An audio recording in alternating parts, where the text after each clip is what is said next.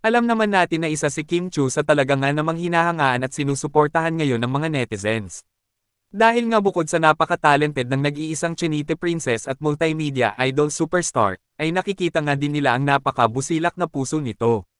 Hindi lamang sa kanyang pamilya, kundi maging sa kanyang mga fans and supporters, na isang tunay na pamilya na nga din ang turing niya sa mga ito. Sa kabilang banda naman, ay madami nga ang di umano'y nadismaya ngayon kay Kim Chu nang lumabas ang video nito sa Bingo Plus, na uploaded sa kanyang Instagram account. Ayon nga sa caption ng post ni Kim dito. OMG! Finally, it's out. The long wait for Perya is over. Dahil ang paborito mong traditional Perya game na Pinoy Drop Ball ay nasa Bingo Plus app na. Pwedeng-pwede kang maging milyonaryo sa 5 piso dahil sa laki ng multipliers kapag nagpachinko. O diba? Kaya naman, subukan na ang iyong swerte at maglaro na sa Bingo Plus app. Now na! At dahil nga dito, ay bumaha nga sa comment section ang mga sentimento mula sa mga netizens na nagpapahayag ng kanilang pagkadismaya.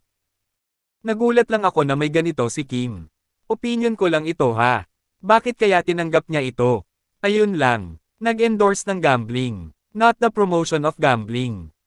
Ngunit, agad din namang ipinagtanggol ng iba ang kapamilya star sa nangyari. Uunahan ko ng mga bashers. Just learn how to control this kind of games. Di naman sinabi malulong sa mga ganitong laro. Parang yosi at alak lang din yan, matutong mag-control. Pwede naman siyang form of enjoyment lang. Di naman pinopromote na maging addict sa mga ganitong laro. For sure, mga magulang nyo, merang loto once in a while. Kayo, anong masasabi nyo tungkol dito? Just comment down below.